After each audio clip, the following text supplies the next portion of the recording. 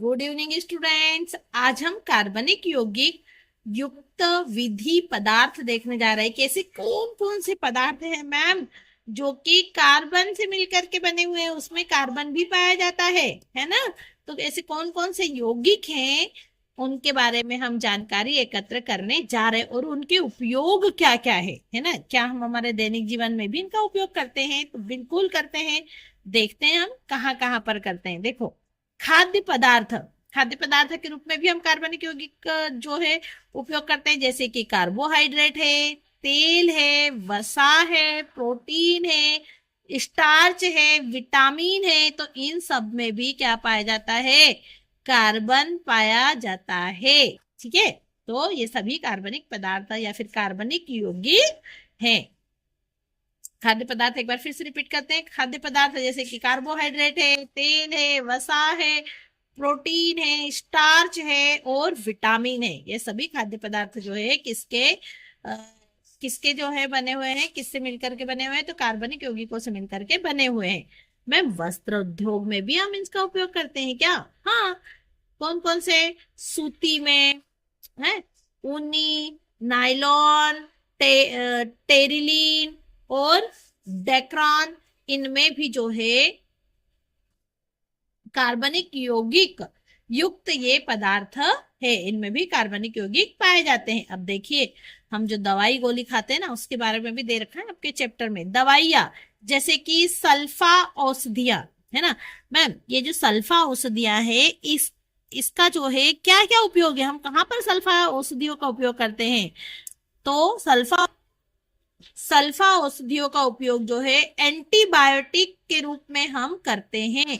हमारा कभी कभी तबीयत खराब हो जाती है और डॉक्टर के पास जाते हैं ना हम, फिर डॉक्टर बोलता है कि ये एंटीबायोटिक दी है आपको, उसको 7 दिन में खत्म करना है और इसके बाद में फिर इसको बच जाए तो भी मत पीना, है ना। या फिर हमें कमजोरी आ रही है, सर हमको बहुत कमजोरी लग रही है, प्लीज हमको थोड़ा एंटीबायोटिक दे दो, है ना। तो वो जो औषधियां हैं वो, उनको हम सल्फा औषधियां कहते हैं। किसके अंतर्गत बोलते हैं? इसको रखा गया है सल्फा औषधियां, इसमें एंटीबायोटिक्स आएगी। मैम पेनिसिलिन, तो पेनिसिलिन का उपयोग भी जो है एंटीबायोटिक के रूप में ही किया जाता है। देखो, एस्प्रिन, सिर दर्द कर रहा है ना, तो बोलते हैं हम डॉक्टर के पास में जाते हैं तो डॉक्टर बोलता है इनको एस्प्रिन जो है दवाइयां लिख दी है, आपको किसी भी मेडिकल स्टोर से ले लेना। तो दर्द निवारक के रूप में जो है हम एस्प्रिन का उपयोग करते हैं। मैम कुनेन, कुनेन जो है ये भी दवाई के रूप में प्रयोग की जाती है। जब हमको बुखार आता है तो बुखार आने पर हमको जो दवाई लेते हैं उसमें क्या पाया जाता है? कुनेन पाया जाता है। मलेरिया बुखार हो गया है तो कुनेन का उपयोग करेंगे हम, है ना। एंटीसेप्टिक, मैम हमको लग गया है कहीं पर, है ना, तो हम फिर क्या करते हैं? वहां पर एंटीसेप्टिक दवाई लगाते हैं जो कि घाव भरने में क्या होती है? सहायक होती है।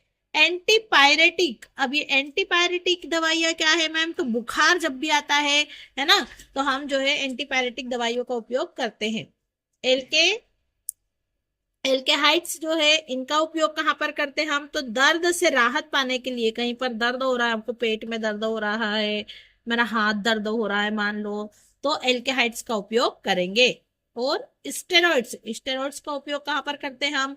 तो सूजन को कम करने में, है ना। और अस्थमा के जो रोगी होते हैं वो जो दवाइयां लेते हैं उसमें भी स्टेरॉइड से ही दिया जाता है।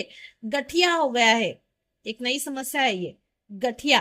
तो गठिया में भी जो है हम किसका उपयोग करते हैं? स्टेरॉइड्स का उपयोग करते हैं। और ये क्या होते हैं? कार्बनिक यौगिक युक्त पदार्थ होते हैं। अब हम बात करेंगे ईंधन के बारे में। लकड़ी, कोयला, पेट्रोल, डीजल, मिट्टी का तेल जिसको केरोसिन भी कहा जाता है, एलपीजी और अल्कोहल, ये जो है ईंधन के रूप में प्रयोग किए जाते हैं और ये भी कार्बनिक यौगिक युक्त पदार्थ ही होते हैं। इनमें भी कार्बन पाया जाता है। ठीक है, और अगला दे रखा है प्रसाधन सामग्री, जैसे साबुन है, डिटर्जेंट है, ग्लिसरीन है, तो इसमें भी क्या पाए जाएंगे? कार्बनिक यौगिक पाए जाएंगे। कार्बनिक यौगिकों से मिलकर के इनको बनाया जाता है। विस्फोटक के रूप में डायनामाइट, है ना, टीएनटी, नाइट्रोग्लिसरीन, रंजक, सैकरीन, सिरका, विस्फोटक के रूप में इनका उपयोग किया जाता है और ये भी कार्बनिक यौगिक युक्त पदार्थ होते हैं। अन्य पदार्थ जैसे कि कागज है, प्लास्टिक है, रबड़ है, तो इनमें भी कार्बनिक यौगिक पाए जाते हैं। यहाँ पर अभी हमने कार्बनिक यौगिक युक्त कई सारे पदार्थों के बारे में जानकारी एकत्र की। धन्यवाद ऑल ऑफ यू।